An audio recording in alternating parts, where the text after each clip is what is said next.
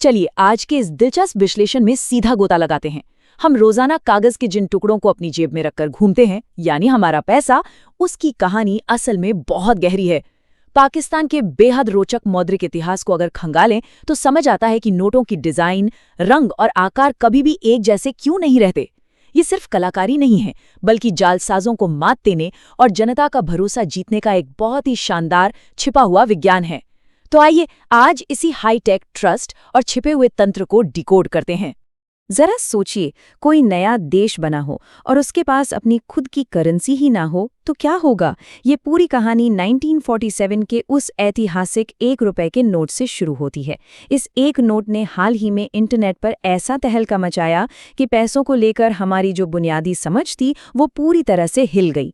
आखिर इतने दशकों बाद इस मामूली से दिखने वाले नोट ने सबका ध्यान क्यों खींच लिया? दरअसल 1947 का वो दौर एक ऐसा पल था जब मजबूरी के चलते दो अलग हुए देशों को एक ही करेंसी सिस्टम साझा करना पड़ा था।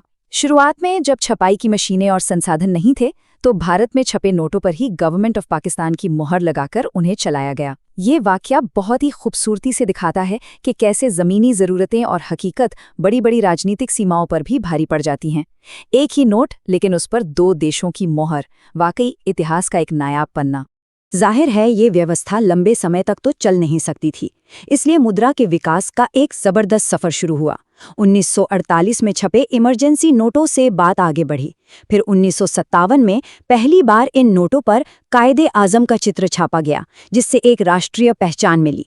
आगे चलकर 1971 में कुछ पुराने नोटों को चलन से बाहर किया गया, यानी विमुद्रीकरण हुआ। और फिर 2005 आते आते अत्याधुनिक 5वीं पीढ़ी के हाईटेक बैंक नोट्स ने अपनी जगह बना ली। ये पूरी टाइमलाइन चीख चीख कर कहती है कि जालसाजों से एक कदम आगे रहने के लिए करेंसी को लगातार इवॉल्व होना ही पड़ता है। अब इन ऐतिहासिक मील के पत्थरों से थोड़ा आगे बढ़ते हैं और उन नियमों की बात करते हैं जहां नोट की खूबसूरती और उसकी सुरक्षा आपस में टकराते हैं। स्टेट बैंक ऑफ पाकिस्तान जनता की सुविधा और जालसाजों को रोकने के लिए एक बहुत ही सटीक रणनीति का इस्तेमाल करता है। जैसे जैसे नोट का मूल्य बढ़ता है, उसका आकार भी मिलीमीटर दर मिलीमीटर बढ़ाया जाता है। ये कोई इत्तेफाक नहीं है, ये दृष्टिबाधित लोगों की मदद तो करता ही है, साथ ही जालसाजों को छोटे नोटों को ब्लीच करके बड़े नोट बनाने से भी रोकता है। और हाँ, हर डिनोमिनेशन के लिए एक बिल्कुल अलग मुख्य रंग इस्तेमाल होता है, जैसे 5000 के लिए मस्टर्ड या 500 के लिए गहरा हरा, ताकि आम जनता एक ही नज़र में असली नोट पहचान ले। वैसे पैसों के इस विकास में ऐतिहासिक नीतियों को निष्पक्ष रूप से देखना भी बहुत दिलचस्प है। मिसाल के तौर पर 1977 का एक बेहद सख्त अध्यादेश, इसने साफ कर दिया कि किसी भी राजनीतिक या धार्मिक संदेश वाले नोट को लीगल टेंडर यानी कानूनी निवेदन नहीं माना जाएगा। मकसद बिल्कुल साफ था, मुद्रा को पूरी तरह से न्यूट्रल रखना। पैसा आखिर अर्थव्यवस्था चलाने का एक टूल है, कोई विचारधारा फैलाने का पर्चा नहीं। तो डिजाइन और कानून की बात तो हो गई, लेकिन अब आते हैं एक बहुत ही अहम पहलू पर, यानी विश्वास का मनोविज्ञान। SZASBT लरकाना की एक शानदार केस स्टडी इस पर बहुत बारीकी से रोशनी डालती है। सवाल यह है कि जब कोई केंद्रीय बैंक जालसाजी से लड़ने के लिए नोटों के आकार और रंग बदल देता है, तो हम लोग उसे असल में कैसे स्वीकार करते हैं? SZABIST लरकाना कैंपस की ये रिसर्च इसी मनोविज्ञान को परखती है। अगर इसे आसान शब्दों में डिकोड करें तो ये स्टडी नापती है कि किसी नोट का रंग, उसका साइज या उस पर छपी तस्वीरें लोगों के उस विश्वास को कैसे प्रभावित करती हैं।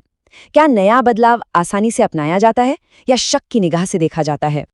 अब विश्वास जैसी अमूर्त चीज को ठोस आंकड़ों में कैसे बदले, इसके लिए 1900 बिजनेस छात्रों का गहराई से सर्वे किया गया।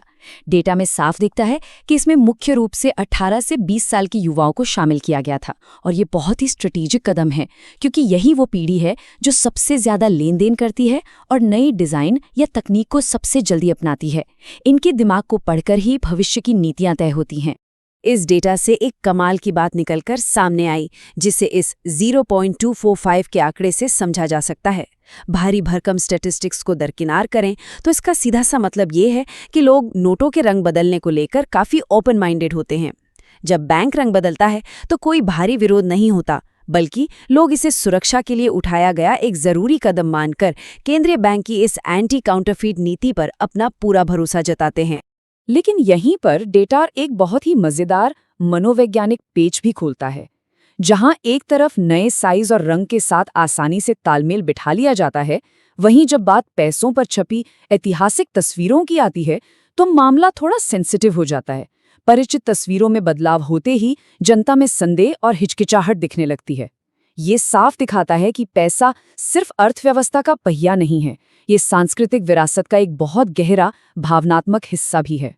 देखा जाए तो जालसाजों और केंद्रीय बैंकों के बीच एक तरह की तकनीकी हथियारों की होड़ चलती रहती है। जालसाज नई तरकीब लाते हैं तो बैंकों को सुरक्षा फीचर्स और तगड़े करने पड़ते हैं। पुराने जमाने के वाटरमार्क को पीछे छोड़ते हुए 2010 से ऑप्टिकल वेरिएबल इंक यानी OVI जैसी हाईटेक सुरक्षा का इस्तेमाल शुरू हुआ। जब नोट को रोशनी में हल्का सा झुकाया जाता है तो इस स्याही का रंग किसी जादू की तरह बदल जाता है।